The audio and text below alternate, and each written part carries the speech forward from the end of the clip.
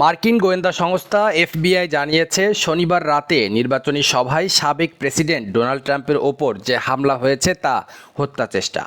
সিএনএনের live প্রতিবেদনে এ তথ্য জানানো হয়েছে।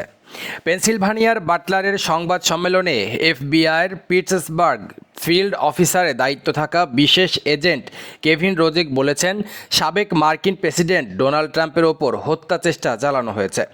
তিনি আরও জানান, এই ঘটনায় হামলাকারীর পরিচয় শনাক্ত করতে কর্তৃপক্ষ কাজ করছে। হামলাকারীর হামলার উদ্দেশ্য এবং কেন সে এটি করেছে তা জানার চেষ্টা চলছে। মার্কিন এই কর্মকর্তা আরও বলেছেন, দেশজুড়ে এফবিআই গোয়েন্দা এজেন্ট এভিডেন্স রেসপন্স টিম মোতায়েন করেছে। দেশটির স্থানীয় সময় শনিবার রিপাবলিকান প্রার্থী ও সাবেক প্রেসিডেন্ট ডোনাল্ড ট্রাম্পের ওপর হামলা হয়।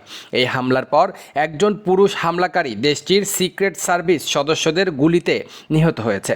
সেই সঙ্গে আরও একজন দর্শক নিহত হয়েছেন বলে বিবিসির প্রতিবেদনে বলা হয়েছে।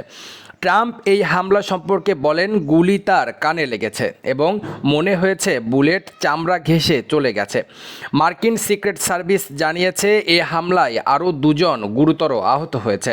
বিবিসি বলছে, পেনসিলভানিয়ায় সমাবেশে ট্রাম্পের ওপর দৃশ্যত প্রাণঘাতী হামলার চেষ্টা হয়েছে।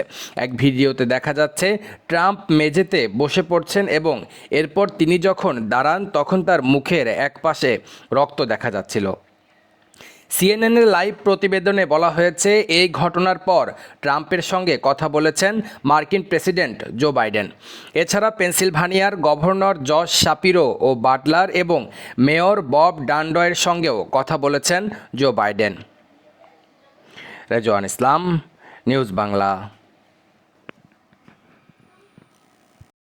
সর্বশেষ খবর পেতে আমাদের নিউজ বাংলা ইউটিউব চ্যানেলটি সাবস্ক্রাইব করুন, ফলো করুন newsbangla.net ফেসবুক পেজটি এবং ভিজিট করুন newsbangla2563.blogspot.com ওয়েবসাইটটি।